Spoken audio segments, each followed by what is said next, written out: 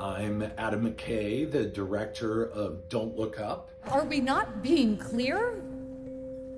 We're trying to tell you that the entire planet is about to be destroyed. And I'm going to be speaking about the climate crisis, which, to be honest, has me totally freaked out. Am I to understand correctly that after all of the information you've received today, the decision you're making is to sit tight and assess? We're going to talk about solutions. We're going to talk about groups that are working to bring about those solutions. We're going to talk about some people that are blocking those solutions.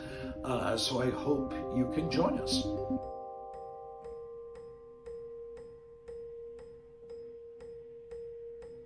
Is there a future with oil?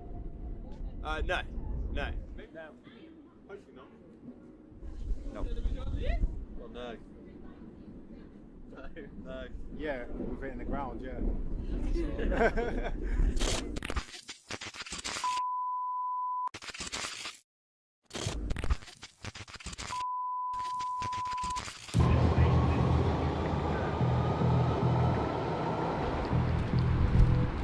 So today we're going to be spraying 3 different universities: London Metropolitan University, Birkbeck University of London and Imperial College London, because these are universities that are complicit in the climate crisis. They're the universities that are giving money to fossil fuels, giving money to oil, that are destroying our future.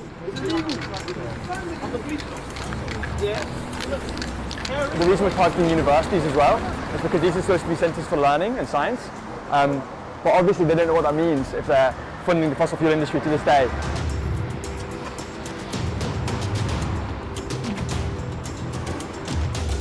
Why this has had to happen?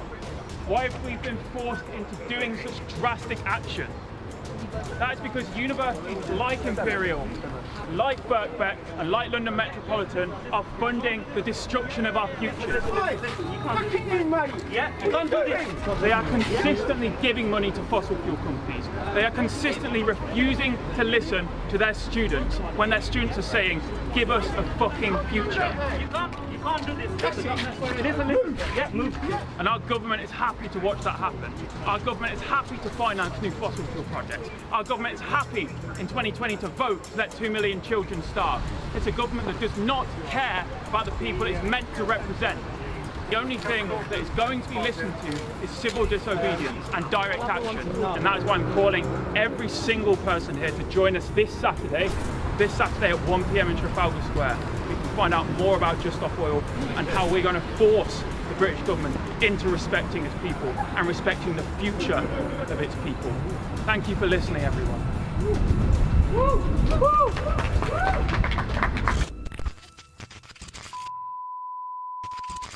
I'm Adam McKay, the director of Don't Look Up. Are we not being clear? We're trying to tell you that the entire planet is about to be destroyed. And I'm going to be speaking about the climate crisis, which, to be honest, has me totally freaked out. Am I to understand correctly that after all of the information you've received today, the decision you're making is to sit tight and assess? We're going to talk about solutions. We're going to talk about groups that are working to bring about those solutions. We're going to talk about some people that are blocking those solutions. So I hope you can join us.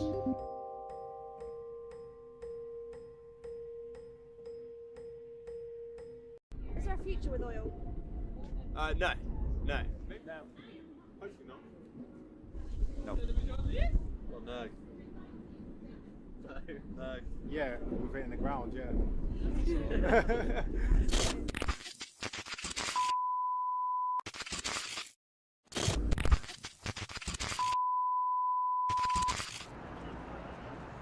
Hi, my name's Louis. I'm 21 years old and I'm supporting Just Stop Oil. Thank you for being here today. We've come today to ask our government to meet its legal and moral obligations. Our government is compelled by law to act to avoid what it has recognised will be a catastrophic rise in global temperature. We know what needs to be done. It's simple. Just stop oil. Right now they're doing the opposite. Last year, the Prime Minister told young people that our future is being stolen before our very eyes, and that we have every right to be angry with those who aren't doing enough to stop it. He also said that his government wants to move beyond hydrocarbons completely and to do so as fast as possible. Maybe some of us believed him because we wanted it to be true. But right now, he and his government are licensing new fossil fuel projects and failing to implement policies to cut carbon emissions. They are torching the Paris Agreement, and with it, our future. It's a terrible betrayal. We do not trust our lives to this broken government. They are failing us. We have not come to beg or plead. We have come to make it known that we are not ready to give up on ourselves or those we love. Thank you. Next is Hannah with a letter. I'm Hannah, I'm 23, and I've got a letter that I'm going to read today for Boris Johnson. Dear Prime Minister, on this St. Valentine's Day, we send you this letter of love for our country. You know that to have an even chance of limiting global temperature rise, in line with the Paris Agreement, there can be no more investment in new fossil fuel supply projects. Because the International Energy Agency, the IEA, the expert energy advisor to industrialised governments, has said so. You know that breaching 1.5 degrees could be the death sentence for our children and for whole countries. Yeah, okay. I think if anyone else comes in from now, they'll just miss a slight bit. But welcome everybody. If you're in the UK, around the world, if you're on Facebook, watching YouTube, or if you're here on Zoom with us for this very special event with Adam McKay. Thank you so much for joining us. This is co-hosted by Just Stop Oil and Extinction Rebellion. We're going to be here for about 2 hours at most. We're going to first hear from Adam for about 20 minutes, and then we're going to have a Q&A with Adam as well for another 20 minutes. So if you've got questions, then please share them with us and we'll try and get through as many as possible. After that, we're going to hear from someone from Extinction Rebellion and someone from Just Stop Oil about what we can do about this immense situation that we are facing. So yeah, if you've got a question for Adam at any point, please send it to us. We'll try and get through as many as possible. If you're on Facebook and YouTube, just whack it in the comments and we'll have a look through there. If you're on Zoom, if you just put it in the chat to the host, then that will pop up for us there. We're going to be recording this, but only the speakers will be seen, so you don't need to worry. And then you can watch the recording afterwards on Just Stop Oil YouTube. Okay, so we're going to start the recording now. Recording in progress. So thank you everybody for being here. I'd like to welcome everyone who has joined this call. We are really excited to welcome Adam McKay. Adam is a multi-award-winning director, producer, screenwriter, and comedian. His films include Anchorman, The Big Short, Vice, and most recently, and the reason that you're all here tonight, Don't Look Up, which is a painful metaphor for the climate crisis. The stark parallels of how the media and politicians respond to the comet in the film and how they're responding to the climate crisis in the real world right now is equally familiar and terrifying for myself, and I know a lot of people on this call right now. So many of us taking action can identify with the characters in the movie that struggle to tell the truth and be heard. So many of us deal with the backlash from the media, from the public, and more increasingly, sadly, from the law. How is it criminal if we tell the truth, were the words of Dr. Randall Mindy in the movie, and many of us are living that question right now. So with that, I would like to offer my heartfelt thanks to Adam for making this crucial film. And Adam, I would now like to hand over to you. Thank you. Thank you, Emma, and thank you to everyone who's joined today. And thank you for the work you all do. It's a constant source of inspiration for me to see how much you all put yourself on the line. I made a movie. Granted, there's some people that are very angry at me about the movie, but still, I just made a movie. I think a good place to start with is what woke me up, what took me from what I call the somewhat concerned, which, as we know now, is the vast majority of people. The good news is the straight up deniers are going down. The numbers are going down quite a bit. But the somewhat concerned, which a lot of them are friends of mine and very well educated people, are really the ones that are stopping action at this point. You can call them corporatists, you can call them people that just can't get their head around something this big. I do believe all people are good and want to do good when they have the right information. But what shifted me from, I was never somewhat concerned, I was always concerned. But what took me to full on, I can't sleep at night. My friends and family are now looking at me like I'm a strange guy, was about 4 years ago. I think there was an IPCC report that came out. And I have a weird job. Since I'm a filmmaker, I don't work a 9 to 5. And I get to chase kind of things that I just find interesting. So I had been working on Vice. I had seen the damage that the W. Bush administration had done to action on climate. And right at that moment, I got hit with that UN report. And it felt like right after that, I read David Wallace Wells's book, Uninhabitable Earth. And from that point on, I went on this quest to feel better, I would call it. And, you know, social media is a bit of a hellscape. But one of the good things about social media, there are all these brilliant scientists on there who are lovely people that I got to kind of know through the years. So one by one, I went to them and I said, am I missing something here? This is telling me this is not 80 years away. This is not 50 years away. The time frame is shrinking. I'm seeing effects that look far more frightening than anything I was told when, you know, Al Gore's documentary came out or anything I've been reading in mainstream media. And the answers I got were most of the time, no, it's actually worse than what you're reading. And I learned, which you guys probably all know, that the IPCC report is actually quite conservative, that it's 80, 90 countries have to sign off on it. And these great scientists that work on it, God bless them, they'll be the first to tell you that. So I went through a period of 3 nights, without exaggeration, where I couldn't sleep. And I started looking at the news and I started seeing what probably a lot of you saw long before I saw, which were freakish rains, 20 inches of rain in Sardinia, bizarre fires. I started looking into the fire season in California and seeing that it was now year round, even though I knew it had gotten bad. The more I dove into it, the more and more frightened I became. And my wife was just like, what is going on? What are you doing? And I don't want to, I have 2 daughters. I don't want to scare anyone.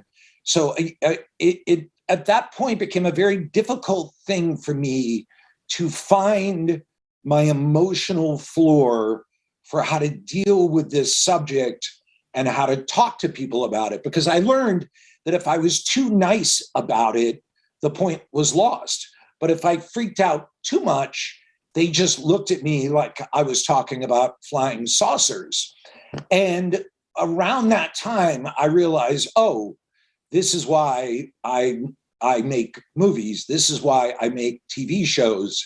And so at that point, I committed to making a feature film about the greatest story in human history, the most threatening story ever.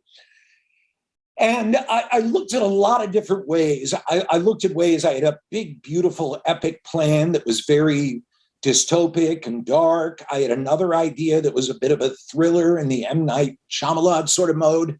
By the way, the movie The Happening deserves a rewatch. He took a lot of flack when he released that movie. I'd be curious to watch it now. But anyway, that was a side point. So I kept looking for what is the way, because I'm in this rare, unique position where I can actually make movies that can reach millions of people. There's not a lot of people that get lucky enough to get in this spot that I got into. And it was my friend David Sirota, who's a committed climate activist, journalist, and just straight up truth teller. He spits fire. I love David. But the trick with David is David's also really funny. So David and I were talking about how bizarre it is that you can watch day after day of news, broadcast news coverage, and even some print coverage in our country, and they don't even talk about the climate crisis. And David made an offhanded comment. He said, yeah, it's like the beginning of the movie Armageddon, where they discover the asteroid, only no one cares. And I just started laughing. And I realized, wait a minute, if we can make a movie where we can laugh at our folly, even though it's a dark laughter, even though it's a gallows humor, and then at the same time, we can break the rules of traditional screen sort of genre and shift it into the reality in the end, which is a tragedy, but a beautiful tragedy. I mean, very emotional, I mean, not beautiful what happens to Earth, but I was like, if we could do that and I could get this on one of the biggest platforms in the world, Netflix, we could maybe make, like, just move the needle a little bit. You know, we're not egomaniacs. We know it's a movie. And God bless Netflix. They're one of those rare companies that's not owned by 20 other companies. They didn't have a conflict of interest. They saw what I was trying to do. It didn't hurt that I got big movie stars. And we put the movie out for the critics, and we were promptly eviscerated. I mean, some of the angriest reviews I have ever seen. We were utterly confounded. We had screened the movie for audiences. We had never gotten this reaction.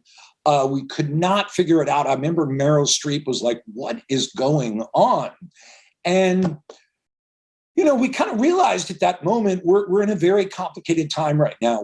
As once again, I'm talking to the group that understands this probably better than anyone on planet Earth.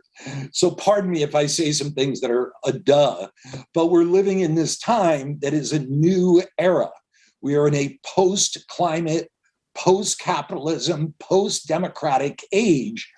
And of course, we're going to have half the critics hate the movie. And I think it was almost exactly 50-50. But then when the movie went out to the public, to the hundreds and hundreds of millions of subscribers to this Netflix streamer, it was one of the most incredible things I've ever seen. We had people talking about crying. We had people talking about laughing. We had climate scientists saying, I finally, Peter Kalmus from NASA, I finally feel seen. I finally feel heard. One of my heroes, George Montbiot, wrote a piece that was like, this describes the last 25 years of my life. I had people reaching out to me from the scientific community, not even from climate, the epidemiologists, all saying this is what I felt. But even more important than the scientific community, there were just millions and millions of people that had been under Bolsonaro's rule, people that were in the Ukraine being hit with misinformation from Russia, people in the US that are used to a news system that only tells us about 2% of what's going on. And there was this giant breeze of just understanding that was happening that was really in my entire life of doing this. And we've made a lot of movies, some of them silly, some more pointed. We've made a lot of TV shows. I have never had an experience like this. It touched a beautiful, beautiful nerve I would say of truth. Some of the critics who didn't like it would say it wasn't. But for me, it felt like a nerve of truth that people were hungry for. And the thing I told people, some of the people that criticized the movie said that it was too on the nose. And I said, you know, in a society where no one ever talks about noses, it felt so good to be on the nose. It felt like such a wonderful relief. So this is one of those cases, and you hear people say it, and it always seems like, oh, they're being fake humble. But I can tell you from the fiber, the center of my being, I have never experienced anything that became so much bigger than our little endeavor. And it just so happened, we happened to hit that exact right tuning bar, you know, when you hit the note to kind of tune your instrument. It was there. And oh my God, it meant so much to me because I had really been getting down in the last couple of years. And I really was starting to feel kind of alone, except for groups like you guys. I mean, there are those people in Greta, and like, honest to God, you guys are a lifeline for people like myself who just want to see passionate people. But when this note rang out, and millions of, and you can see them all on social media, like Netflix tracks them, and you can see them, and you could see these emotional responses, and they're laughing and they're saying, oh my God, this is it. And it turned out to be one of the most moving, beautiful experiences of my life. But the other end of it is that, you know, we've gone on a lot of these media shows. We've been on a lot of these corporate media shows. I mean, we gave the media a really hard time, and some of them were very angry. There were some that weren't. There was a great media critic for the New York Times that was like Ben Smith, that was like, they're right. But then there was another critic, media guy for New York Magazine, who literally wrote a piece where he's like, I disagree. I think we're doing a great job covering the climate crisis. And I was like, even if you were, you wouldn't say that. So, you know, a lot of the discourse was pretty crazy. It was all over the place. A lot of it felt like it came right out of our movie. There were pile-ons on social media, taking half sentences we said, amplifying them. And it was frustrating in the moment, but now that I've got distance, I'm able to laugh at it.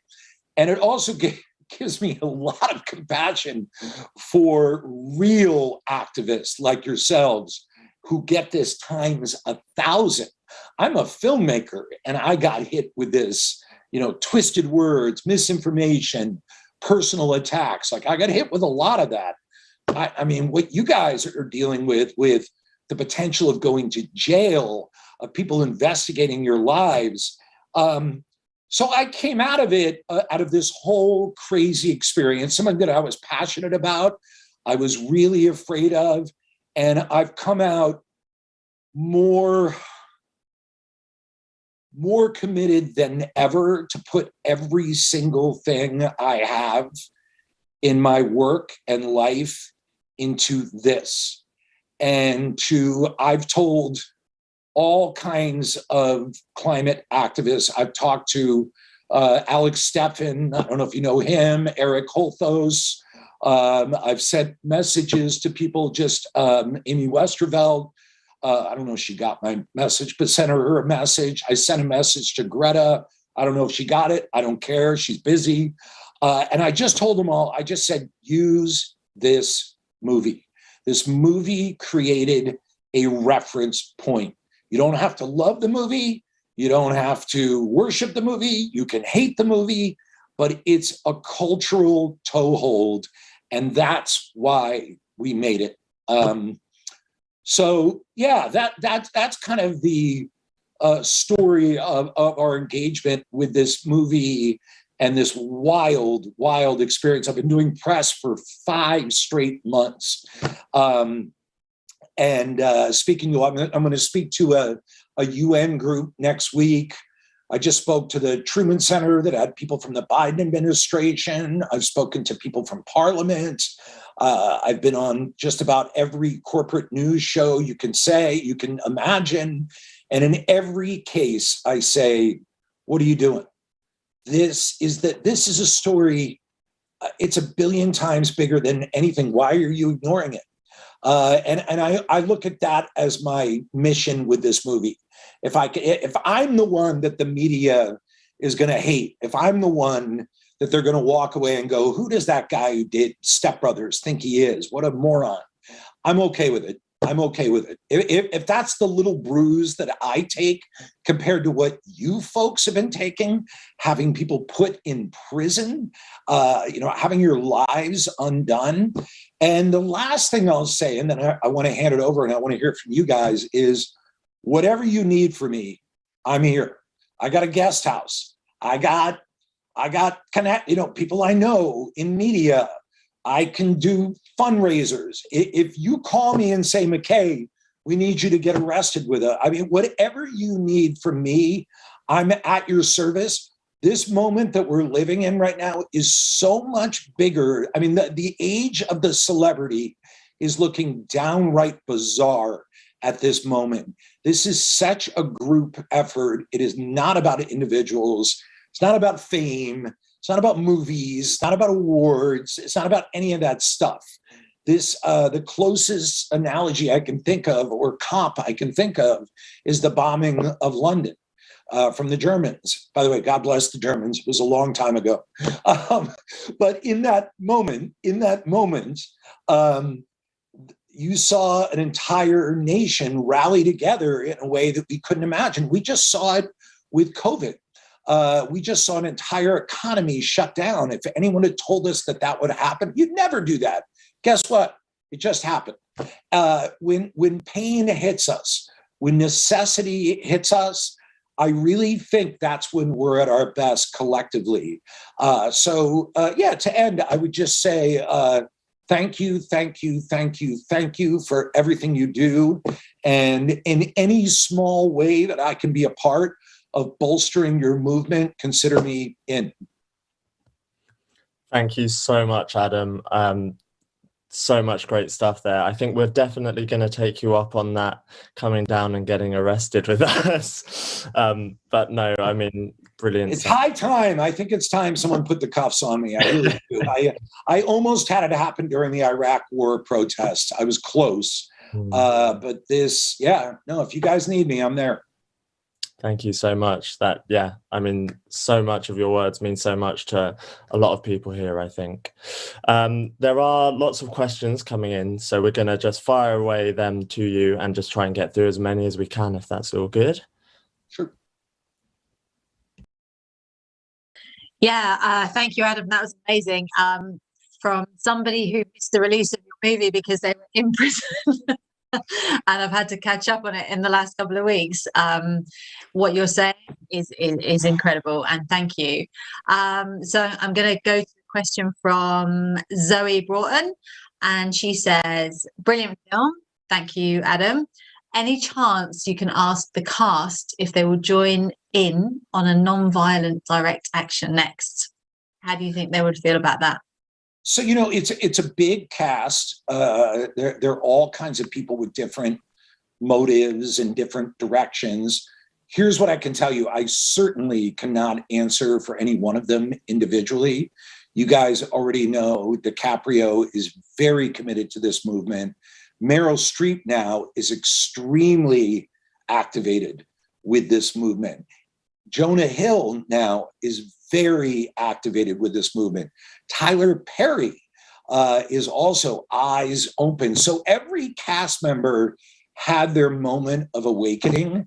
As far as their involvement, obviously they have whole worlds around them. I can't speak for them. There's a couple I could reach out to that would feel very natural, and you guys let me know. I think there's a couple that would say yes. I do. Thank you. We've got one here from Val King who says, Adam, if you were organizing an Extinction Rebellion or Just Stop Oil rebellion, what would be your first priority in terms of getting the message across?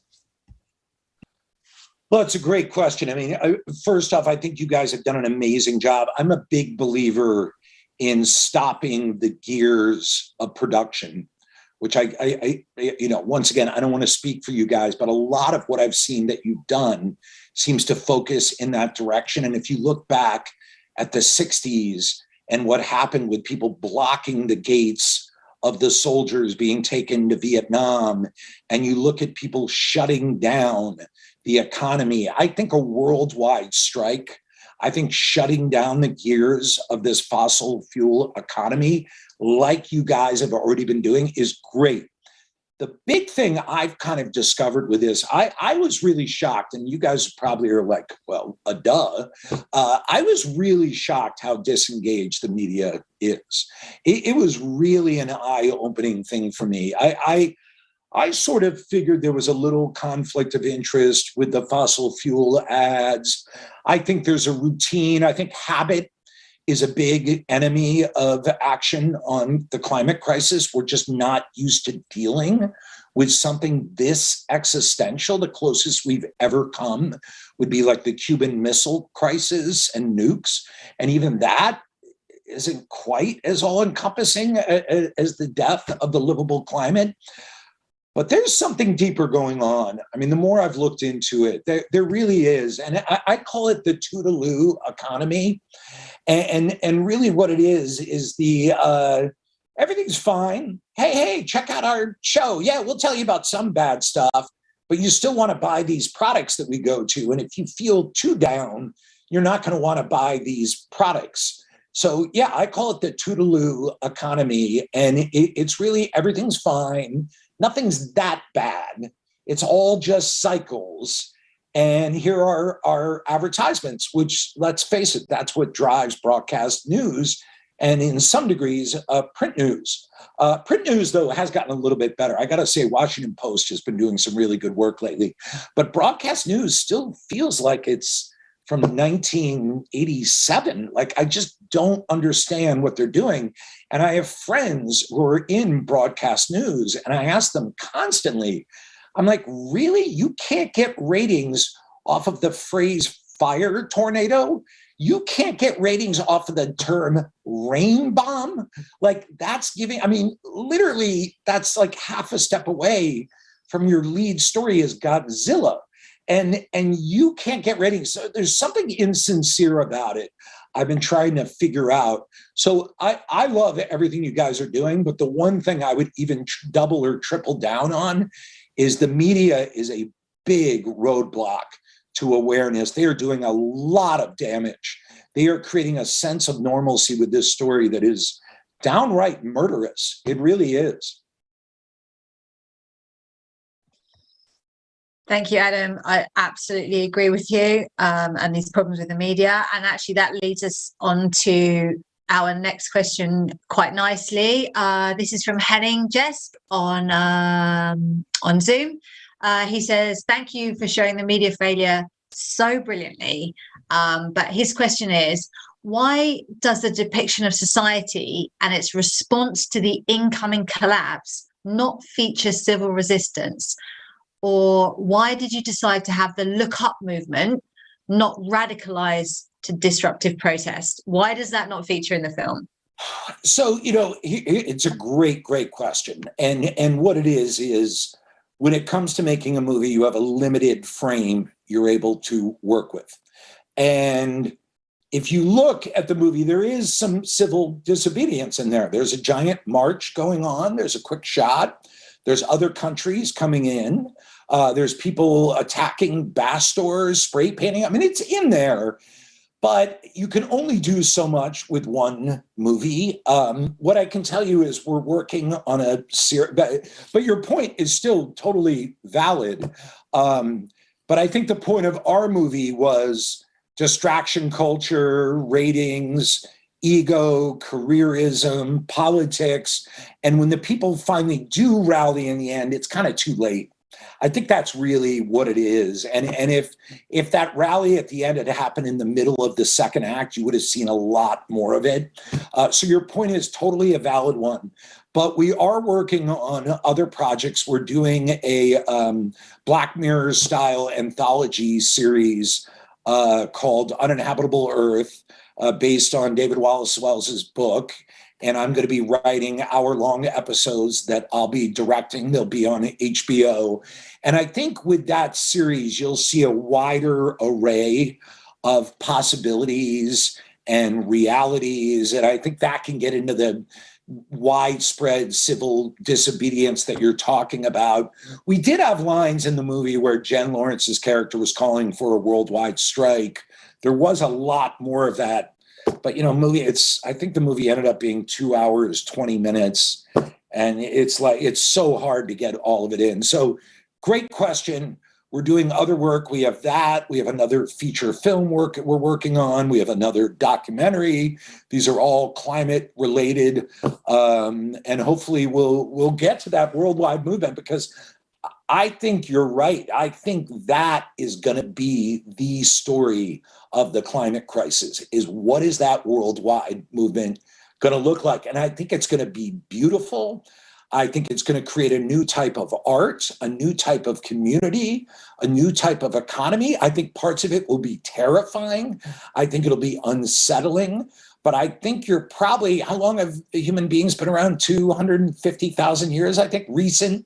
They just found some skulls in Africa, so now they think it could be 300,000 years. I think this is going to be the moment of Homo sapiens. I think we're on the verge of it. Thank you. Yeah, that's really exciting to hear about some of your upcoming projects, and that they're going to be focusing even more on this. And I think you're absolutely right. I think this is really a time for the human beings to step up and do something really important and pave a new way for humanity. So we've got a question here from Dai, who says, what's going on with world leaders? What do they say when you ask them why they aren't making the CEE their absolute top priority? Great question. So I've talked about this quite a bit in the Q&As I've done. And, you know, I only, you know, my field of expertise, if you can even call it that, is movies and TV and directing. So one thing I can tell is body language, and I can tell tone. And I can tell you right now, these world leaders do not get it. And you guys already know that, but I can tell you in their bones, they do not get it. And my theory on it is, because I'm also a sort of novice fan of neuropsychology, Kahneman, Tversky, behavioral psychology. And my theory on it is that there's a couple things going on. First off, the scope of the climate crisis is almost unimaginable, what we're actually doing. So that's step one. Step two is, if you talk about someone who's a senator, who's a prime minister, who's a president, their whole day is segmented into appointments. They wake up in the morning and it's like the grand levee for like Louis XIV. I mean, they have this entire day that's set in front of them. And we do this scene in the movie where Meryl Streep's character as president says, do you know how many end of the world stories we hear? And so I think one of the values of being a leader became don't overreact. One of the values of, to some degree, some of our journalists became be cool, everything goes in cycles, don't panic, you're a professional. Well, what happens when the one story comes along where it's time to panic? And I think that's what we're looking at right now. And I think that's what's going on with our world leaders. I think they need to bring scientists into their offices, and they need to have a 2-hour session. I think all of them, I think this should be standard. This should be for CEOs, corporate boards. I don't think you're running a responsible business or government at this point if you haven't brought in climate scientists, climate communicators, and done a 2-3 hour session with them and not people that are handpicked, that are conservative, and hear every word they say. I think you are irresponsible to your shareholders, your voters, and most of all to human life.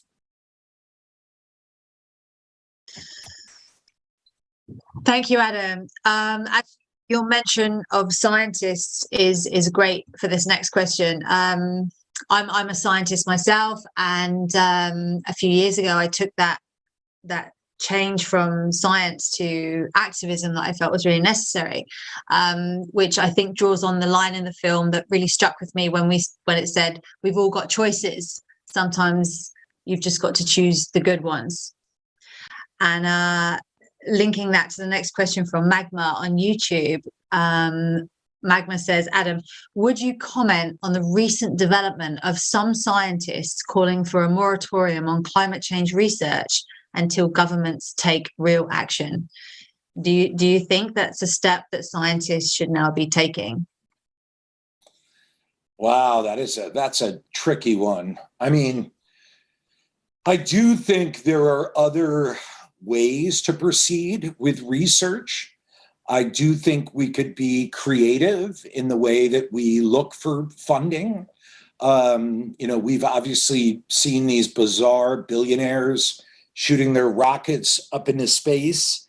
I've been pushing pretty publicly for a bunch of them. Hey, why not open a giant laboratory that works on renewable energies or works on removing carbon from the ocean with renewable energies? So moratorium, no, I don't think you can do it. I think you got to keep going.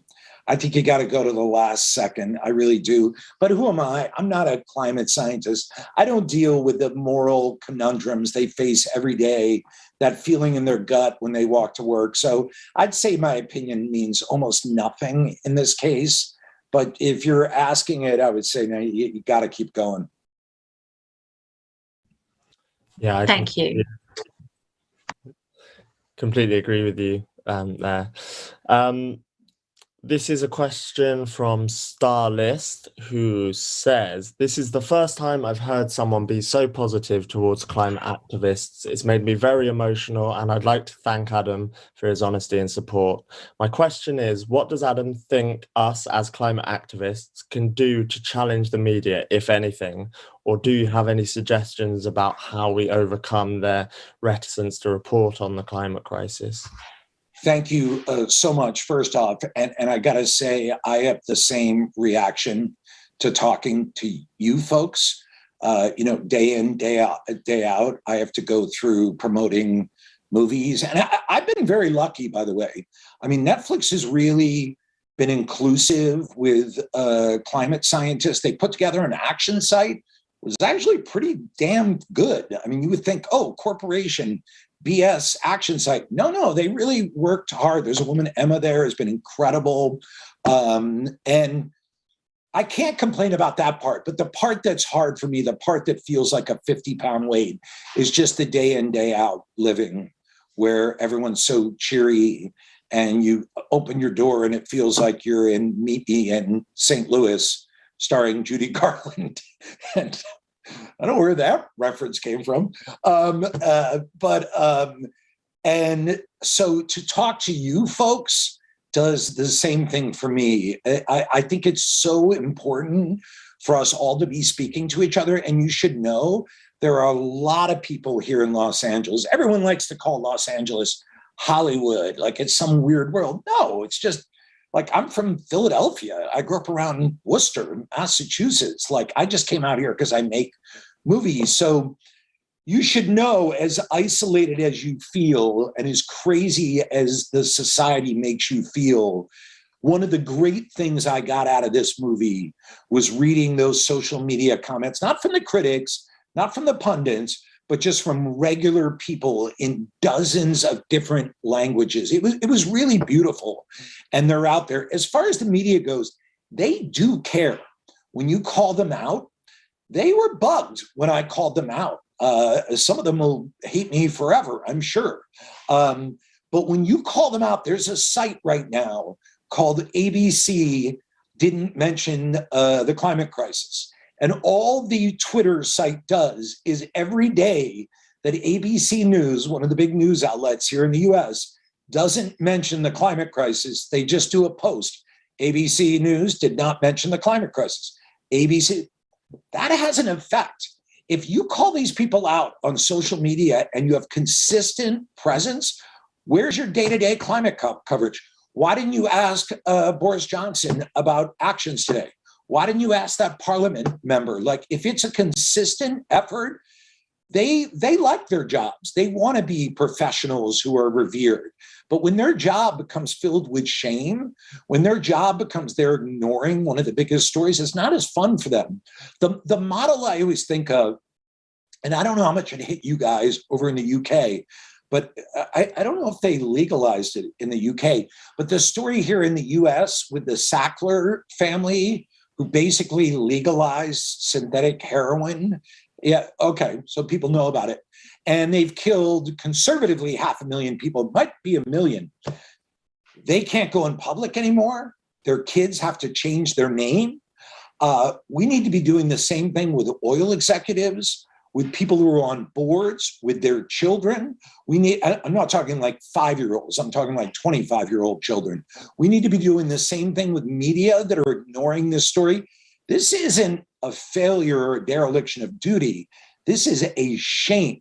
This is like, once again, to use the World War II model, that London's about to get bombed and you're running around saying, well, don't shut down my jam canning factory because I don't want to lose my money.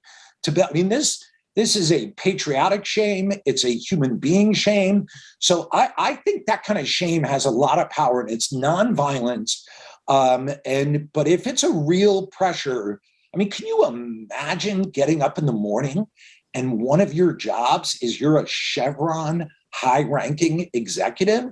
How is that guy able to have a family? And let's face it, it's probably a guy. And how is that guy able to like have kids that go to school and their kids are like, yeah, my dad works for Chevron? You're literally murdering the world. And so I think that kind of pressure on media, on corporate board members, CEOs, you guys have already been doing a lot of this work, by the way. I'm fully aware. Pressure on banks to divest, schools to divest. You guys are ahead of me on a lot of this. But I'm talking about that human to human shame, I think has a real power. Thank you so much, Adam. This is actually a personal question of mine and something that I think about a lot. And that's like us as activists, we have a very limited a scope and who the people that we can actually influence, and we almost live in a kind of bubble, this kind of echo chamber that we talk about. And what I despair about is that these people with real platforms, these people with like millions of Twitter followers and social media followers, are not stepping up at a time of emergency. And why aren't they doing that? And how can we get them to do that? Because the majority of the general public, they don't want to listen to us. I mean, I can't tell you the names that I'm called, like eco zealot and eco all this stuff. How do we get those people who the general public really listen to and really trust and will act upon their advice to step up and really promote this issue and stand up? How do we do that? So funny you asked that. That's one of the things that really breaks my heart, because I have a lot of friends who are brilliant comedians, actors, and I just look at their Twitter feed and they never even mention the climate crisis. And these are good people, they really are. And I think the answer has to be that they're still in the somewhat concerned box. I just don't think they understand how pressing this is. So they probably see me go on and on about it. And they're probably like, well, that's McKay. He's nuts about it. Someone recently, a big screenwriter, said to me, you know how you have your issue with the climate? Well, my issue's like that with misinformation on social media. And it just made me pause a beat. And I wanted to say to him, I was like, dude, do you understand what's about to happen? Like, they just came out with a climate model, climate analytics, that says by the year 2030, you guys all know this, I'm saying this just out of outrage. By the year 2030, half of our days will be one every 100-year heat events. And this guy, who's a very smart guy, very talented guy, is saying, he's portraying what I'm talking about as an issue. It's like being on the Titanic and being like, Well, you know how your issue is that there's a giant hole in the side of the ship? Well, my issue is that I think they're leaving the shrimp out too long on the buffet. And you're like, so it's a communication thing. I've been surprised by it too. I don't see a lot of these people picking up the mantle. They mostly are focused in America on Trump. They're focused on rise of fascism, which I get, which is gigantic. But I just think that sense of urgency, we're not getting it across the way we should. And I think it's become about personalities and how dare you tell me. And one of the big things I've been talking to people about is just like, how do we convey the time scale? I was talking to Peter Kalmus from NASA about it. I was like, Peter, this is what we need. People do not understand that this time frame is not 50 or 80 years. I mean, the Thwaites ice shelf, that was supposed to be 30, 40 years from now. It's now. We got about 5 years left with the Thwaites. I mean, that one about like by 2030, half our days are heat events. That's going to shut down power grids. You're going to start having wet bulb events. I mean, and our mayor, they're having a mayoral race here in Los Angeles. No one's even talking about it. Like, it's literally not even part of the conversation. So, I mean, it's everything I'm trying to do with what I'm trying to make. And yeah, but all I can tell you, Emma, is I hear you 100%. It is one of the oddest, most frustrating things to see these wonderful artists, comedians, directors ignore it. I don't get it. Thank you. We share your pain. Absolutely. I think we're probably about to wrap up on questions, trying to stay on time. Evan, I pass to you. Yeah, maybe we've got time for one more small question. Do we think? I don't know. What do people think? I'm good. Yeah, of course. Yeah. Okay, we'll just end on this one because it's quite a nice one to bring it all back round. So Willow says, I thought the ending was quite chilling and a reality many of us think that we're heading towards. Why did you make the decision to end it the way you did and not with a message of hope? I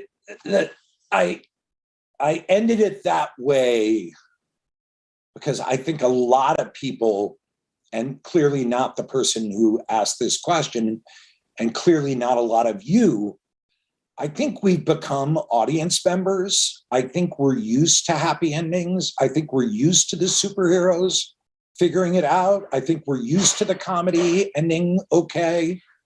And I just had been reading a lot about the power of story and how it really is at the root of all of us. And I started thinking, has a movie ever done that? Where you don't end according to the genre? And the closest I could think of was sort of in a jokey way, I guess, Slim Pickens riding the atomic bomb down at the end of Dr. Strangelove. But I thought, what if we played it really emotionally and real? What if we changed genres at the end? Because in a way, I think we need to break that stupor. I think we've been trained so much to become audience members and consumers. And let me be clear, I don't say that from a high perch of moral superiority. I just had Taco Bell the other day. I'm an NBA addict. I'm as much a part of it as anyone. So please let me make that clear. But that was the intent. The intent was this can happen if we don't take action. We're in real life. These characters in this movie did not do the right action. And that can happen. This can happen. And then I thought there was also something interesting culturally about it too, that a lot of times our culture feels like it's this brightly colored cartoon and it's funny and there's gossip and there's entertainment. And then, yeah, there's bad news and there's heavy stuff like what's going on with Ukraine, all strength and power to the people in Ukraine. But for the most part, we too tend to like just view these things as this kind of collage of experiences, almost like it's a slot machine. And the idea was that in the end of this movie, all of that would melt away. and we get back to the raw thing that we're really about, which is the people we love, which is the food we're lucky enough to have, which are our friends, our children, our family. And I say this in a very non-denominational way, our relationship with the giant mystery, if you want to call that religion, whatever you want to call it. We're left with that faith, and we're left with the earth. And I just thought, I don't know if a movie's ended with something that sort of raw and beautiful, especially after being an absurdist kind of ridiculous comedy. So we went for it. We definitely went for it.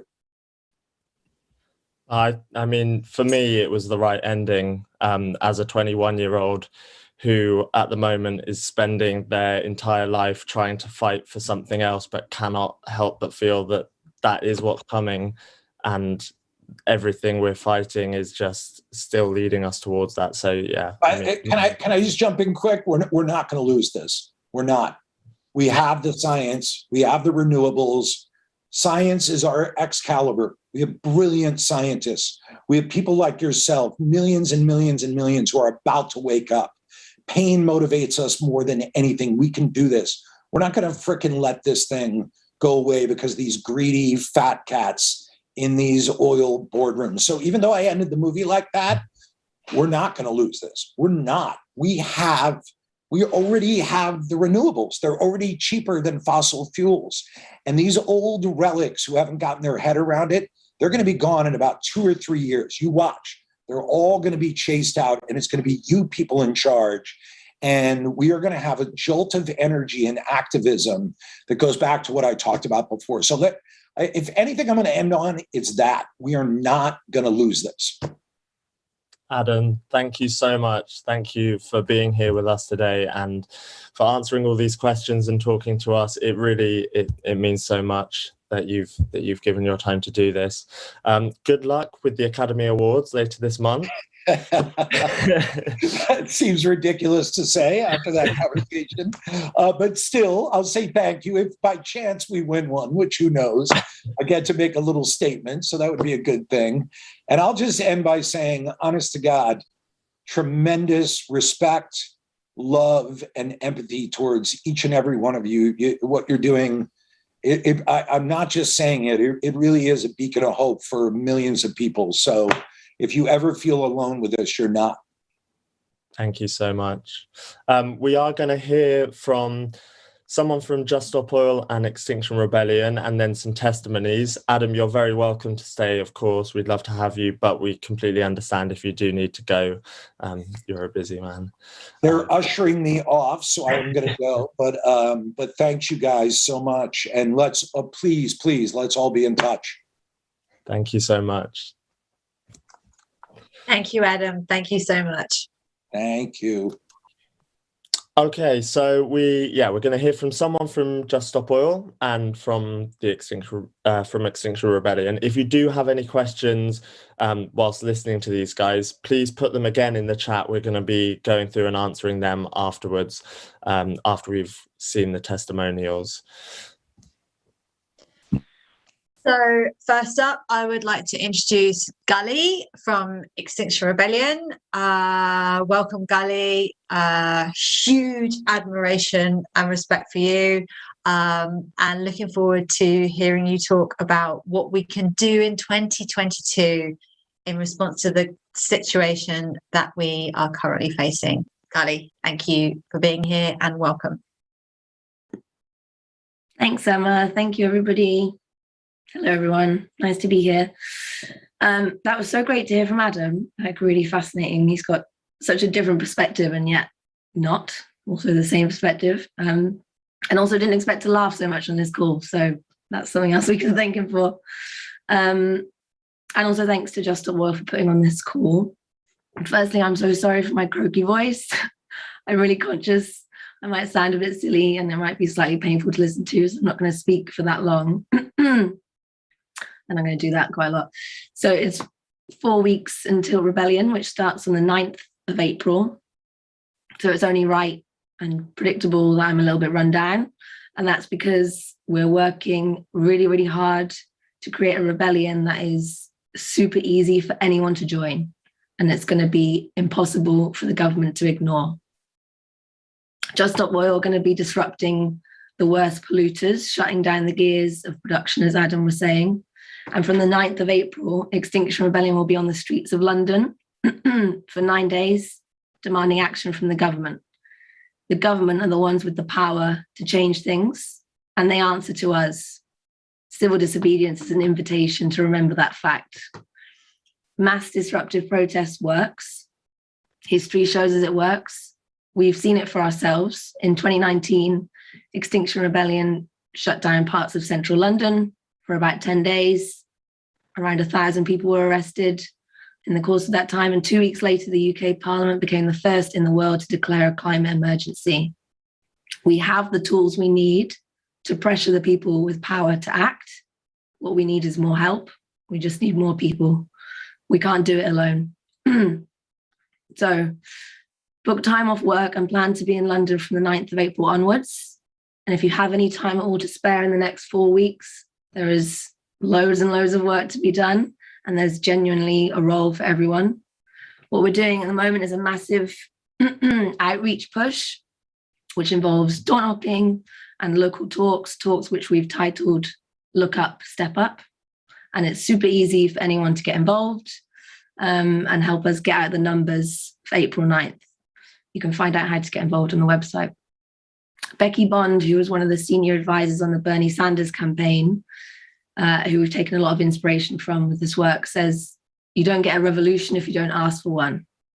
So we have to be having these conversations. We have to be engaged together in what it really means to be alive in this moment and what it asks of us. And something that Don't Look Up exposes really well is denial. And in this world where Leonardo DiCaprio is a beautiful actor, not a beautiful scientist, denial comes in many forms. We're all, myself included, in denial to some degree, because what we're grappling with is unimaginably huge. But once we've understood what the scientists are telling us, we really just have two choices: to take meaningful action now while we still can, or to remain in denial and tell yourself it's someone else's job, or that it's not that bad, or just try and ignore it and get on with your life as if we're not looking down the barrel of our own extinction, which we are. These are the choices in front of us. It really is that simple. That is the privilege and the burden of being alive at this pivotal moment for humanity. And possibly the scariest thing of all is what Adam said at the end, is that it's not hopeless. In a way, it would be easier for our denial if there was nothing we could do. But there is something we can do, all of us. It's called civil disobedience. It's our best shot at making the change we need in the time we have. If you're watching this, you are needed. 9th of April, 10 a.m., Hyde Park. Bring everyone. I'll see you on the streets. Thank you. Gully, thank you so much. I'm now going to introduce Sarah from the Just Stop Oil campaign, who again is going to talk about what we can do in 2022 in response to this situation that we're facing. Sarah. Thanks very much.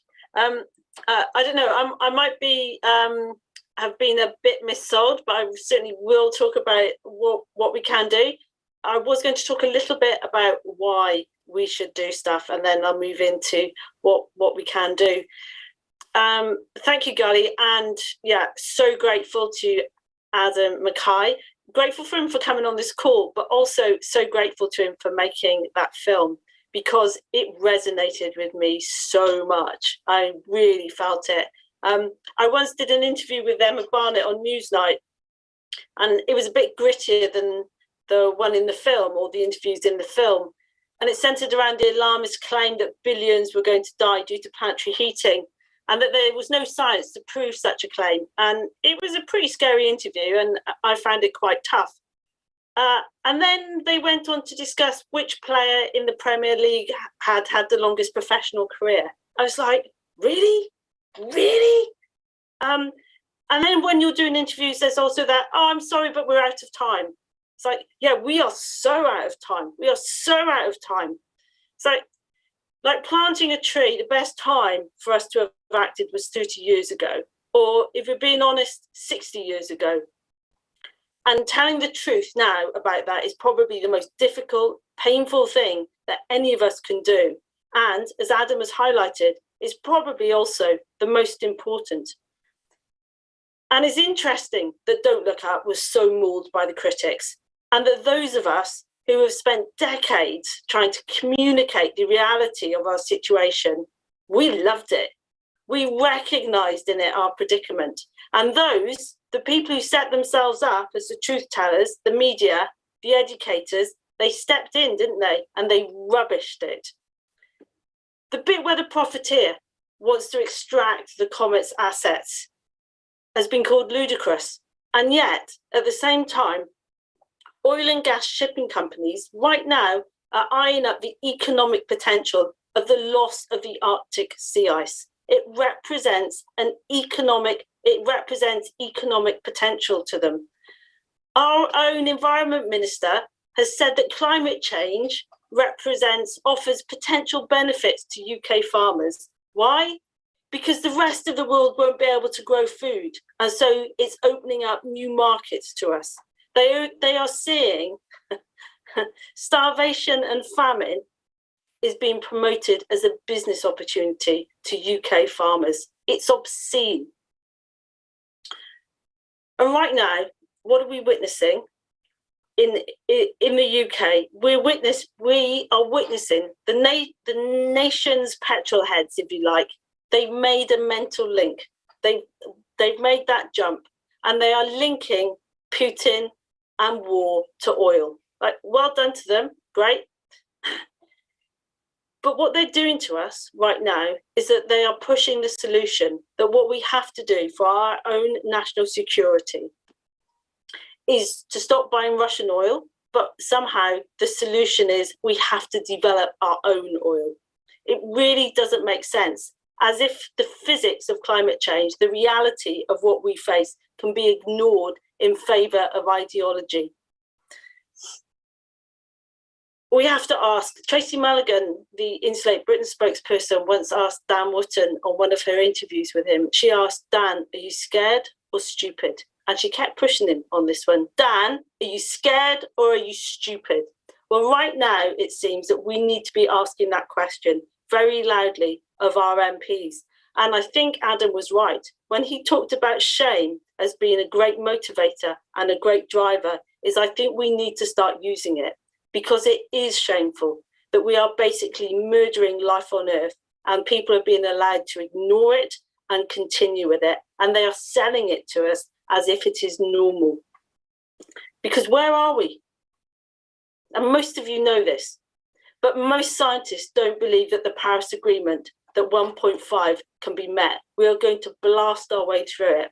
And we head over 1.5 and we will cause suffering and misery on an unimaginable scale.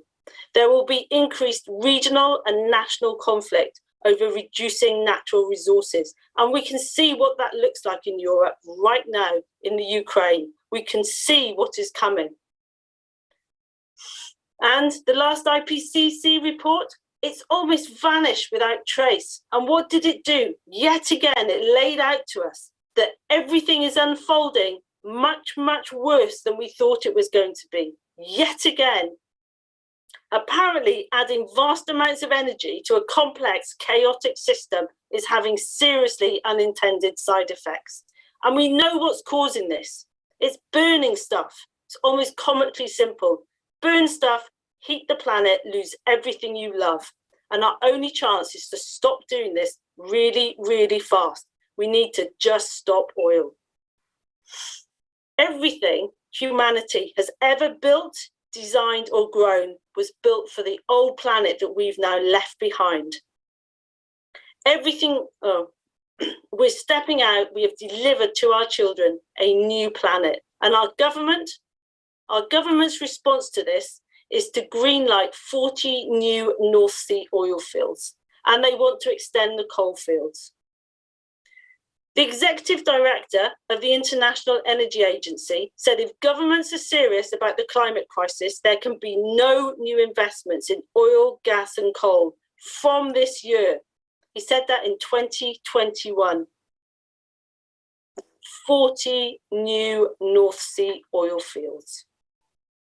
Within decades, 50 to 75% of the world's people, along with millions of species, like pollinators that are crucial to human survival, will be exposed to periods of life-threatening conditions. Adam also highlighted that. There's a long established tradition in the UK of citizens, when they recognise that the state is acting immorally, of taking action to prevent that greater harm. In the opening of new oil fields, our government is directly harming us, and therefore we can assert our legal and moral right, our duty to act. The future of humanity depends on what we are prepared to do. It depends on those of us who have the courage to face the reality of our current situation. Those of us who refuse to throw away the rights and the freedoms that have already been fought and struggled for. Those of us who are prepared to resist a government and a system that is actively harming us. Those of us who are determined to be good ancestors for the children who come after us. Right now, we have an opportunity to act and to do that, to put our bodies in the way of the machine, to disobey and to resist. And now the opportunity is open to us to pick up and to take and to act. I hope all of you can join the resistance. Thank you, Eben. Sarah, thank you so much. When I hear you talk, I jointly want to clap and cry simultaneously. So much passion, and passion is what's needed right now.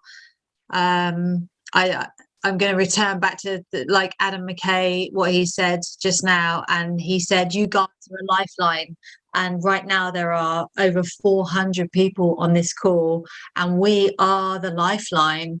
I'm going to return back to a campaign of civil resistance that I was a part of in Slate Britain, where there was 100 of us. There are 400 of us on this call right now, and as civil resistance is the way forward. We have to step up. These are extreme times, and that requires extreme action. So thank you, Sarah, and I diverge, and I would like to introduce our next testimonial from Nathan. He's from Youth Climate Swarm, and he's going to talk about why they have signed up to take action. Thank you, Nathan, for being here. Welcome.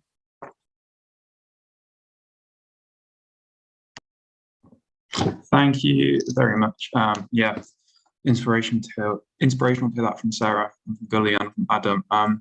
Yeah, why I'm signed up for this, it became crystal clear to me exactly on Wednesday when I was arrested for exposing universities that still invest in fossil fuels. One of those universities was Imperial College London. It's really near the Science Museum, the Natural History Museum, the V&A. There's loads of school trips around there, like primary school children, like 6 and 7 year olds. And when I was there, seeing those kids kind of walk past, all I could see in my head is BP and Shell and Exxon putting a noose around those children's necks, and our government walking them to the gallows. That was all I could see. A generation of children who aren't going to get to live to the age they should be living to. If they grow up and want kids of their own, aren't going to be able to have kids. They're going to be watching the world fall apart in front of their eyes, and just seeing that and where we are now, to me, not acting is just quite frankly immoral. We have an opportunity, and we need to be seizing it with both hands, because otherwise those children are going to die. Those children are not going to realize the opportunities that they should be given. So yeah, that's kind of the long, short and tall of why I am all in on this, because every day is just painful when I think about what people aren't going to have and what people don't have right now. And quite frankly, I'm terrified of what is going to happen if we stand by and do nothing right now. Thanks. Thank you, Nathan, so much. Yeah, can really relate to that. I'm going to introduce Louise now, who's also from Youth Climate Swarm, again, to talk about why they've signed up to take action. Louise. Thank you. Thank you, everyone who's spoken today. So I'm Louise. I'm actually completely new to activism. So I've never been arrested or participated in any act before that could get me arrested. So I have signed that the Action Network, a pledge that I am willing to be arrested and be involved in the Just Stop Oil campaign. The reason that I have signed this pledge is because it all started really with one of my friends who was heavily involved in activism. She was talking about how, firstly, she'd seen this talk by Roger Hallam, Our Responsibilities at This Time, and she said, you should really watch it. And I recommend that to everyone if they haven't watched it. In that talk, some key things that stood out for me was that, number one, it has been done before in history with social change, that civil disobedience has resulted in legislative change, which is basically what we need to happen at this point. And there are tipping points. So 9,999 arrests achieved like no change, but then 10,000th arrest is what caused that change. So things like that just put it into perspective of like literally every single person who is involved in this action counts. Like you could be the one person needed to get that tipping point in action. Another thing that Roger mentioned was how the whole experience of being arrested, being on remand, even in prison, it's more a psychological barrier than an actual physical threat most of the time. But another thing that kind of even persuaded me to watch that talk was I was talking to my friend, like, you know, we've been best friends since school, and she was saying like, it's so awful because I wish I could just be living my life as I want to and be pursuing my dreams. Like she wants to, you know, go into theatre. And she was like, but I can't, like whether I get involved in activism or not, like my dreams are on the line, like this will affect my life, my world. And I was just confused. I was like, what? Like that's not my understanding of things. Like I thought, you know, maybe in a few hundred years we'll become extinct or whatever, but no. So she spoke to me about it, and that is one of the key things that I realized. Like, you know, I'm a singer-songwriter. I have dreams to, you know, have that as a full-time career, go on international tours, all of that, but that is not gonna be possible at the rate that the climate crisis is going. So that's something also that puts into perspective to me, you know, the so-called sacrifice that I'm making by, you know, the energy and time I'm spending on the Just Stop Oil campaign, potentially being arrested, potentially even going to prison. Like it's not a sacrifice, because this is the only thing that can actually enable my dreams, what I want to do in my life, to become possible.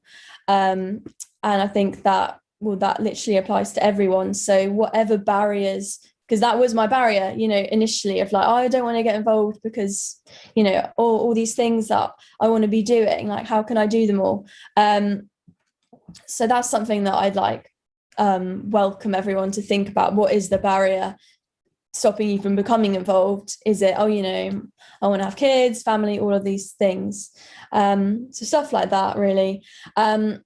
Also, I think something that really resonated with me, which has motivated me to continue doing this, is in the film Don't Look Up, the final scene of the scientists saying, I think they're talking about like what they're grateful for. And it's like, well, at least we tried, like we really tried. And it was that moment that was just really like, wow, because it literally is that, like, do I want to be in that position where I'm, it's one of two options really. It's me going, I wish I did something. Maybe that could have made the difference. Maybe I could have been that tipping point person. Or I'm there, I did all I could, and I die in peace, really. That is quite morbid, and I'm going to spin it now because it is very much like a hopeful journey that I think this is, given all the information from history, given all the science at the moment, and given that actually, like, for example, Roger Hallam's predictions about tipping points, it's not like a massive number of people that we're kind of after to get involved in these talks. It's between 300 to 500 people in prison, or 3,000 arrests, etc., etc. So what I say is just thinking about what is stopping you at the moment, and weighing up what you may sacrifice now versus what you will sacrifice later on if you don't act right now. And I just want to say finally that, like, the more and more I've got involved in this, which is all very new to me, the more talks I've been to, the socials, the trainings, like, I just feel I'm more reassured about my decision, supported, and it's actually such like a fun and like beautiful experience being involved in the movement like this. So I'd love for everyone to join me and everyone else. So yeah, thank you. Thank you so much, Louise.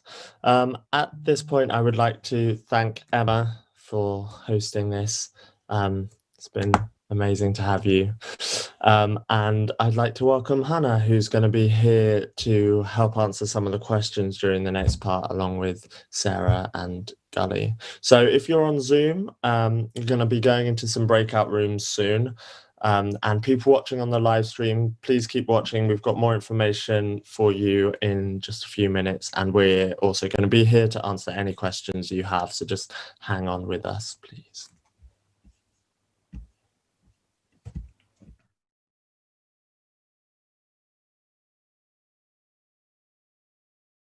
Is there a future with oil? No. Maybe now. Hopefully not. No. Well, no. No. Yeah, move it in the ground, yeah.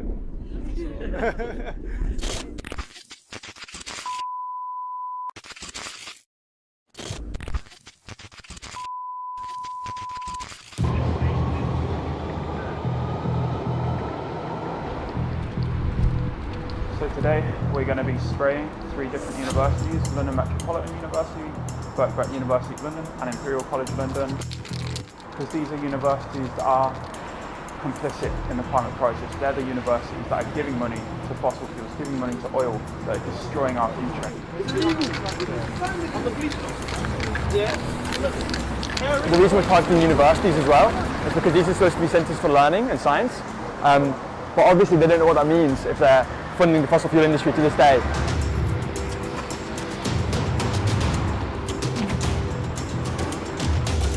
Why this has had to happen?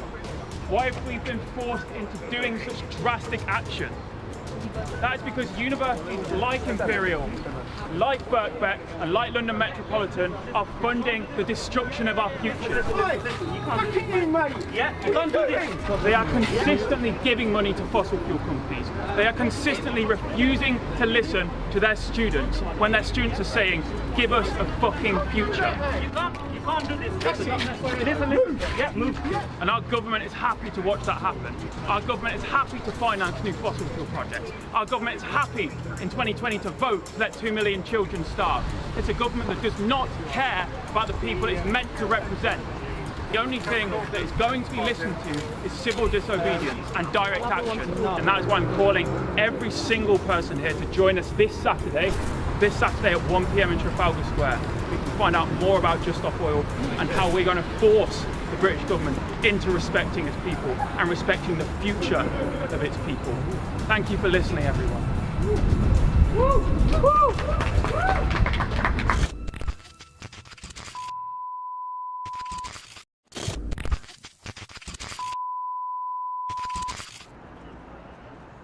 Hi, my name's Louis. I'm 21 years old and I'm sporting Just Stop Oil. Thank you for being here today. We've come today to ask our government to meet its legal and moral obligations. Our government is compelled by law to act to avoid what it has recognised will be a catastrophic rise in global temperature. We know what needs to be done. It's simple. Just stop oil. Right now they're doing the opposite. Last year the Prime Minister told young people that our future is being stolen before our very eyes, and that we have every right to be angry with those who aren't doing enough to stop it. He also said that his government wants to move beyond hydrocarbons completely and to do so as fast as possible. Maybe some of us believed him because we wanted it to be true. But right now, he and his government are licensing new fossil fuel projects and failing to implement policies to cut carbon emissions. They are torching the Paris Agreement, and with it our future. It's a terrible betrayal. We do not trust our lives to this broken government. They are failing us. We have not come to beg or plead. We have come to make it known that we are not ready to give up on ourselves or those we love. Thank you. Next is Hannah with a letter. I'm Hannah, I'm 23, and I've got a letter that I'm going to read today for Boris Johnson. Dear Prime Minister, on this St. Valentine's Day, we send you this letter of love for our country. You know that to have an even chance of limiting global temperature rise, in line with the Paris Agreement, there can be no more investment in new fossil fuel supply projects. Because the International Energy Agency, the IEA, the expert energy advisor to industrialised governments, has said so. You know that breaching 1.5 degrees could be the death sentence for our children and for whole countries and regions of the world. Your government's own net zero strategy makes that painfully clear. And you personally emphasised it throughout COP26. But only a few months later, you are poised to commit to the path of catastrophe by permitting multiple new fossil fuel projects. After having allowed more coal mining in Wales and a new oil and gas field in the North Sea. The UK retains the presidency of the COP process until November this year. The eyes of the world are upon you and your signal to ignore climate scientists and the advice of the IEA. Just Stop Oil is demanding that the UK government makes a statement that will immediately halt all future licensing and consent for the exploration, development and production of fossil fuels in the UK. If you do not provide such assurance by March the 14th, 2022, it will be our duty to intervene to prevent the ultimate crime against our country, humanity and life on Earth.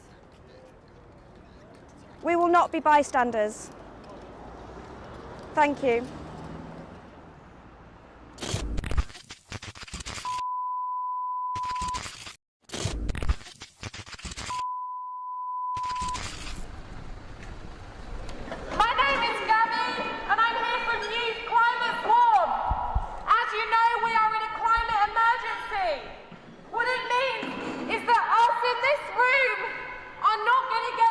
To an old age, as if we want to have children.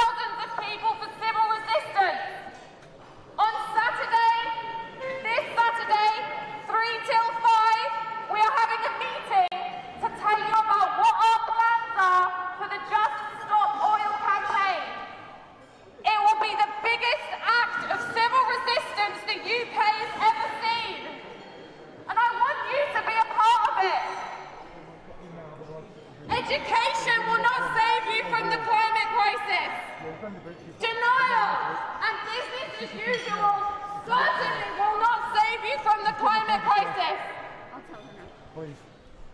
But civil resistance, mass civil resistance, non-violent, absolutely fucking can. So this Saturday, 3 till 5 at the Quaker Meeting House, please come and join us. Because it's happening in March. It's now or never, and it's up to us. Nobody is coming to save us. Nobody. And believe me, I am shitting my pants doing this, but I've run out of options. Nobody wanted to listen to me when I was giving out leaflets on the street. I hope I will see you at 3 o'clock on Saturday. I'm going to go now, and I'm really sorry to disrupt your lunch. I hope you all have a lovely day. Thank you.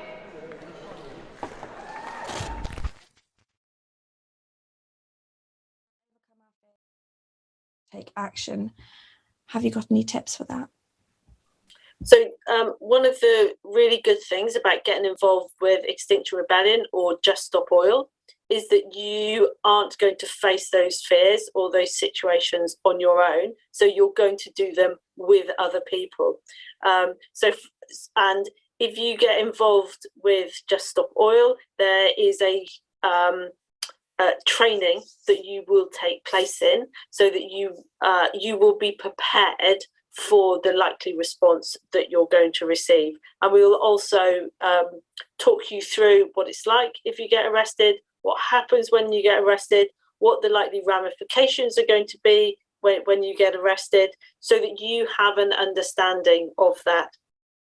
And getting involved, you will meet people who've been arrested. You may well meet people who've been to prison. So you can actually talk to them about what those actual lived experiences are like, as opposed to that real, like, a kind of scary idea of getting arrested. So, I mean, I'm so middle class. I'm so well behaved, right? And the first thing I want to do when a policeman talks to me or a police officer talks to me is I just want to go, yes, of course I'll move out of the way. Yeah, no, I'm leaving right now, officer. Of course I'll do that.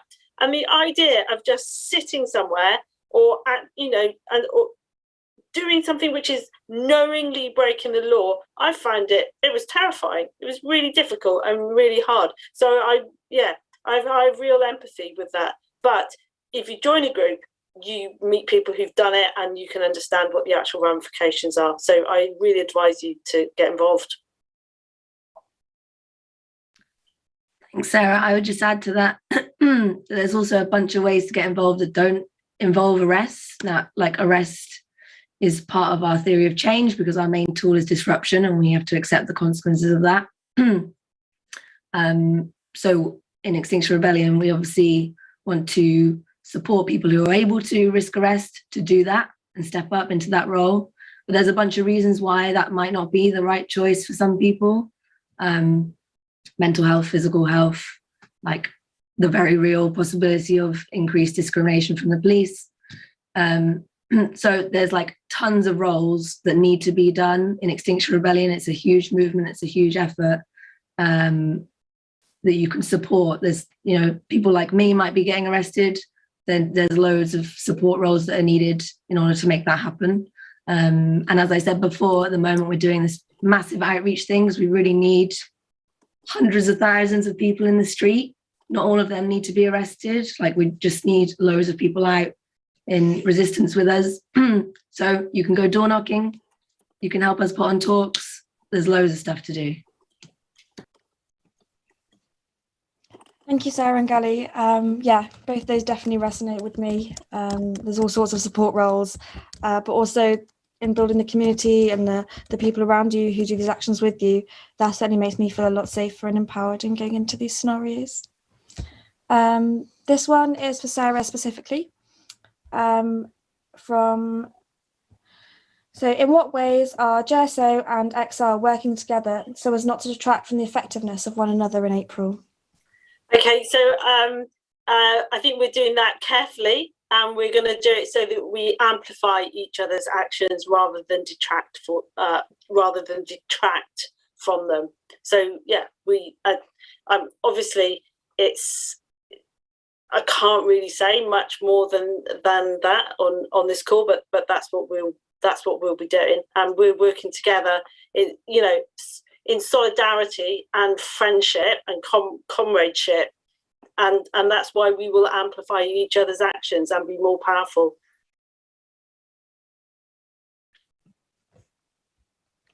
I think that covers it. Brilliant, thank you. And then final one for you, Gully, from Karen Matthews. How can Extinction Rebellion move forward to become even more effective than they were in 2019? Good question. Just need to be bigger, basically. Like, we're not coming up with any sort of new magical tools. The theory is still the same. It's people power. It's masses of people coming together in the streets and demanding action. It's worked throughout history and all over the world. What we need is more people. So if you can help us get out and mobilize, talk to your neighbors, put on talks, do door knocking, whatever it is, we need to be having these conversations, because the polls show that British people are terrified of the climate. Like, most people are already scared, even if they don't know how to say it, even if they don't know what to do about it. So it's our job to go out and invite them and tell them there is something we can do about it. So basically the way we're going to move forward and become better and win is more people. So anything you can do to help us get more people, that's what we need. Thank you so much. This is great seeing this chat. So many people writing in it and sharing their responses to the questions and how they're feeling. Yeah, really awesome. If you do have any more questions for Sarah or Gully or anyone here, Nathan, Louise, Emma, please put them in the chat. If not, it's just lovely to to see you all talking here and building this community that's invaluable in this situation. Can I give a plug for Kate Rayworth, who's going to come and speak? She's going to do it with David King. Kate is such a great speaker. I really, really rate her, and I would really encourage everyone just to come and listen, just for the sheer joy of hearing her speak as much as anything else. She's one of my heroes, so I really, really recommend it.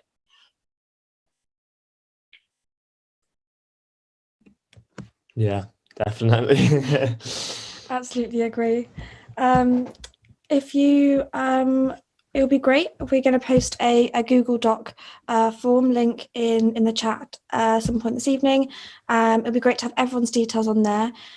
You're not signing your life away. We just would like to keep you in the link with both Extinction Rebellion and Just Stop Oil, because you came tonight because you care. I mean, the whole of the world hasn't turned up. We've got a few hundred on here and a few hundred on the live stream. So you turned up because you care. So we'd love to put your details into that link, and we can just keep you in the loop of how you can get involved in the campaign and what we'll be doing in the next month or so. And we do have people not just from the UK here, but from all over the world. And there are international civil resistance campaigns going on everywhere at the moment. I mean, you guys have heard about Just Stop Oil and Extinction Rebellion tonight. But we're going to send out links to a load of different ones happening in Australia, Canada, Germany, France, Italy, Norway, the USA, Switzerland, and Sweden. So wherever you are, please join the resistance and fight for a future. I was going to try and read the names of them all, but I would be really bad at pronouncing them. So you can look at all those when we send you the links.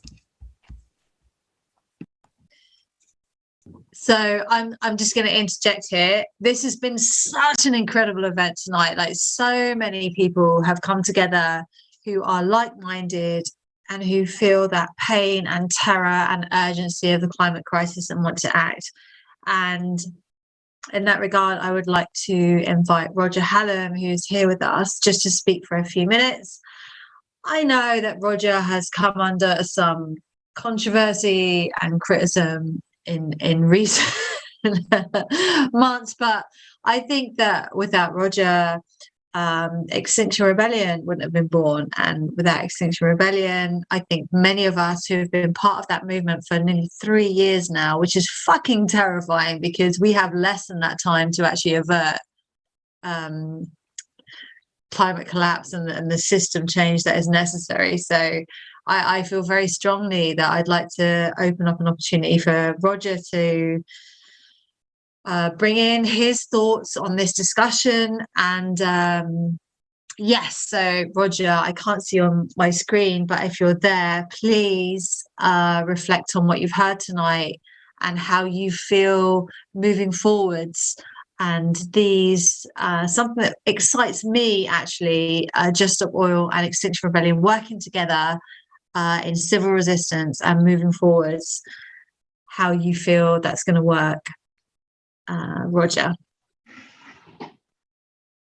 I don't know what you're going on about, Emma. What?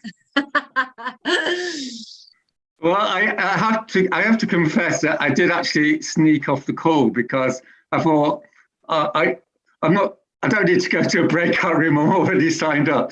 Anyway, I was just going to have a bath, and then Liam phoned me up and said I have to get back on because I'm a little bit tired because I've got 5 talks this week. So I sort of I was gonna anyway. I'm back. So apparently there's a little bit of a hiccup on the breakout rooms. Well, yeah. There we go. Anyway, so yeah, I just wanted to say it's just totally fantastic to see so many people, and I suppose you're the half of the audience who are the hardcore lot. So maybe I'll give you a bit of an advanced little chat about a few things. But I could tell you a little bit of the backstory to this call because, as I'm sure many of you know, like I work full time trying to make. I work full time trying to, get connections and use my name for what it's worth to sort of get people to do stuff. I spend my whole life trying to get people to do stuff, really.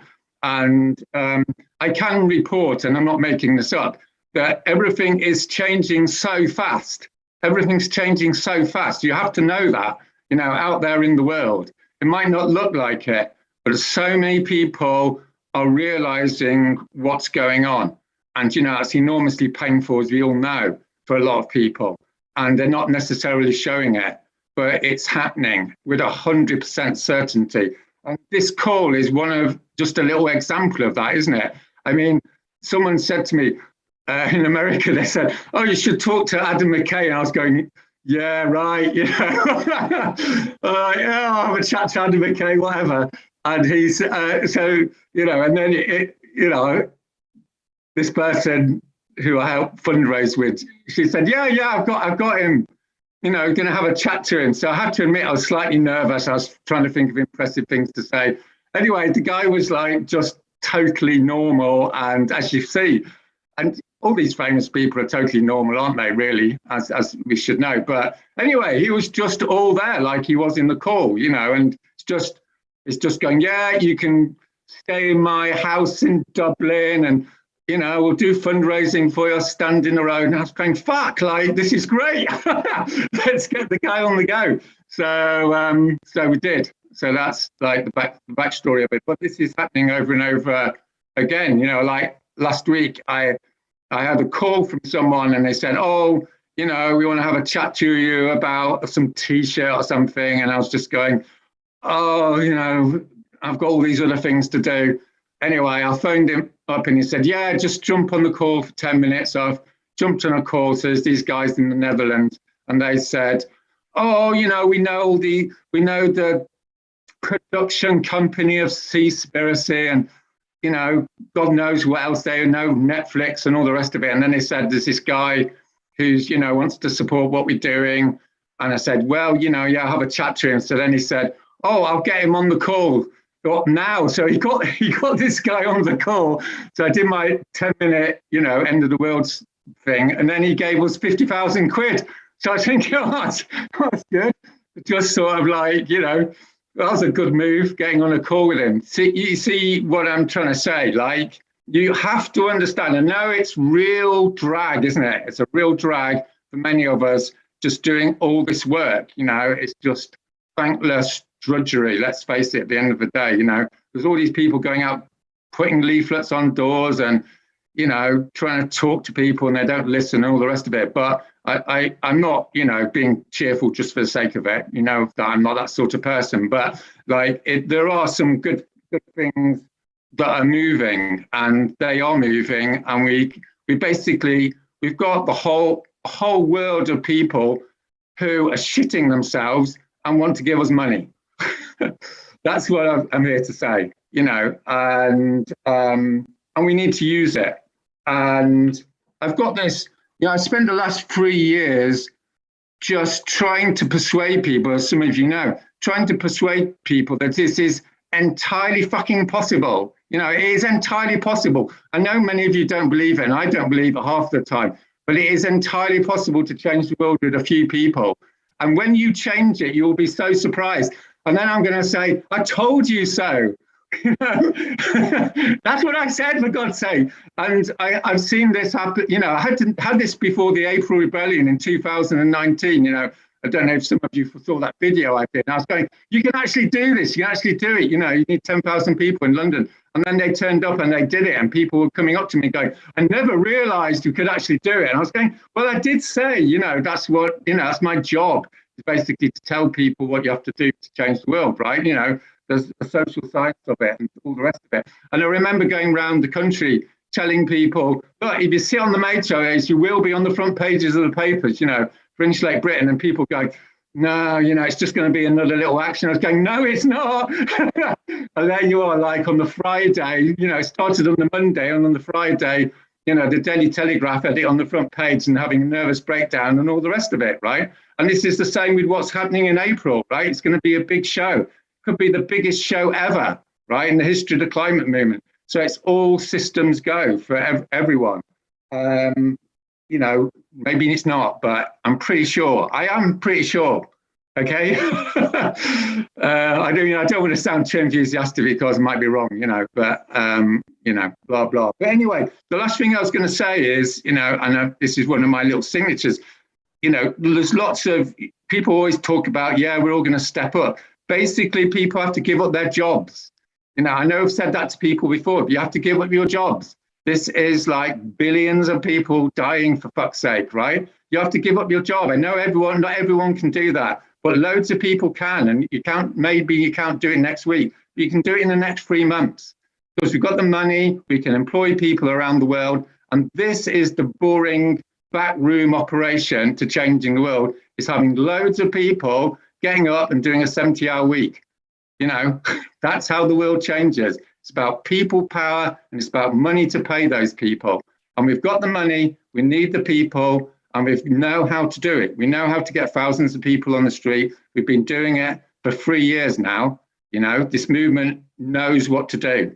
So, yeah, get in touch and get an interview.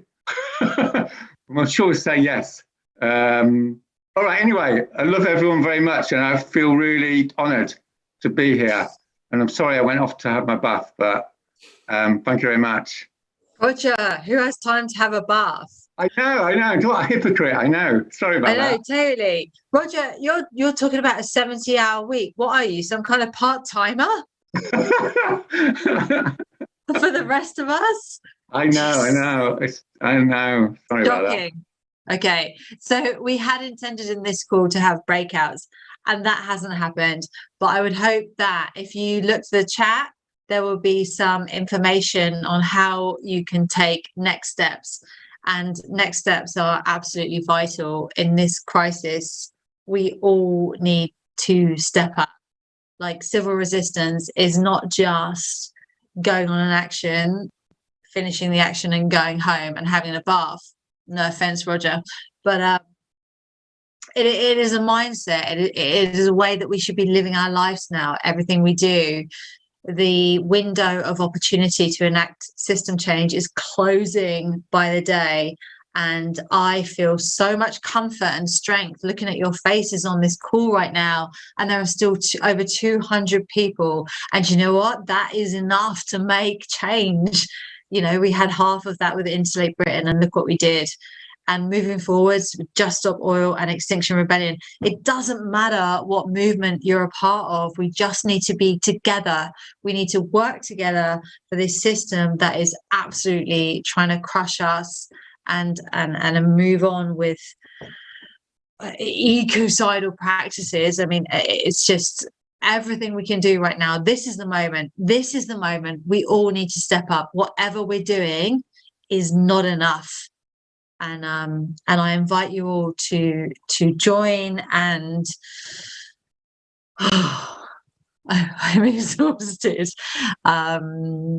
So I would like to hand over to someone who is less tired and potentially less emotional, and wrap this up. And all I can say is that from the bottom of my heart, I love every fucking single one of you, because without you people on this call right now, we wouldn't have hope. And we do have hope, and that's how Adam ended his talk. He was like, there is hope. And look around the screen, that's what you're looking at right now. Let's continue. Let's do this, because what are the options otherwise? Thank you. Thank you so much, Emma. Just before we do wrap it up, there are a couple of other questions which we're just going to quickly put to Sarah and Gully. And there's actually one here for you, Emma, as well. And then, yeah, we'll wrap it up. So, yeah. Yeah, I'll let you have a break, Emma. We'll go with Sarah and Gully first. This is from Ricky. Isn't the media problem like the political problem, and that is systematic? Trying to get leaders or corporate media on side will inevitably lead to green capitalism, or worse, eco-fascism. Any ideas how we can build and fund alternative structures in media and also politics?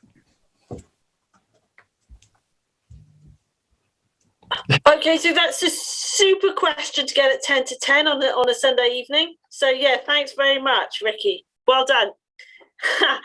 I mean, you're absolutely right. There is a systemic problem, and also it's aided by a number of things. It's aided by the fact that people still want to make money. It's aided by the fact that everyone looks out their window and everything still looks normal, so there isn't really an emergency going on.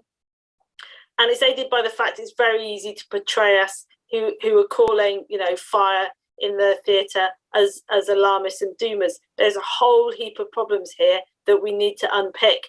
And the way that we do it is we cause that disruption, and we make people stop, and we connect with them emotionally and force them to face the realities that we're facing. I can't think of another way that we can achieve it, because the gradual incremental way, we've been trying to do that for the past 30 years. I've been involved in green politics for the last 15 years and it hasn't worked. So now's the time to do something else. But if you've got any better suggestions, come and get in touch with me, because I'm all ears. It's a bit above my pay grade, that kind of question, but there are there's great alternative media out there already, and there's a really good organization called the Independent Media Association who connect them all up. And in terms of politics, there's Flatback Democracy, there are other groups. There's definitely a need for us to be manifesting and embodying the alternative that we need, saying yes rather than just saying no all the time. We also have to provide a vision of what change can look like.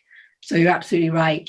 And if you've got energy to put into that, as Sarah says, yeah, go for it. Great, thank you so much. There are other questions about how it feels to take part in civil resistance. Amazing. And quite scary. And exciting. I think the Wednesday Zoom call would be a really good opportunity for people to talk about that. There will definitely be people there who have taken part in civil disobedience to varying levels. So if you want to come along to that 7:30 to 8:30 on Wednesday, that's an opportunity to chat with everyone who's been here and to chat with people who have done this stuff and understand what it feels like. But the call I'm more excited for is on Sunday, we've got Sir David King and Dr. Charles Fletcher, which is going to be an incredible call, so I would not miss that. They are, Sunday the 13th of March at 8 p.m, and we'll send you a link to that as well, but I really recommend you go along to that. Before we go, Roger did say we've got money, we'd have people, but we don't have money either. So if you want to donate, then every drop of oil matters and every donation is so important. So we've got our donate link in there, and any donations are greatly appreciated, whatever you can manage. And if you're leaving today knowing that you're going to go out on the roads and you're going to join us, then we have an Action Network link, which will be in the chat, but it'll also be in an email that we'll send out to you to go sign up to one arrestable action for Just Stop Oil. And likewise, Extinction Rebellion, if you head over to their website, then there are really easy pathways to get involved. Please, please, please, now is the time to join us. We don't have time. And this, as Roger said, is going to be the biggest moment of civil resistance in British history. So please come join us, be a part of it. Thank you all so much for being here. And yeah, we look forward to seeing you all on the roads, hopefully. Thank you so much. Thank you. Thanks, host. You did a great job. Thank you. Yeah. Thank you, everybody. See you on the streets. Thank you. Gully Good night. And Louise and Nathan for your testimony. Thank you. For the motorway. Is there a future with oil? No. Hopefully not. No. Well, no. No. Yeah, with it in the ground, yeah.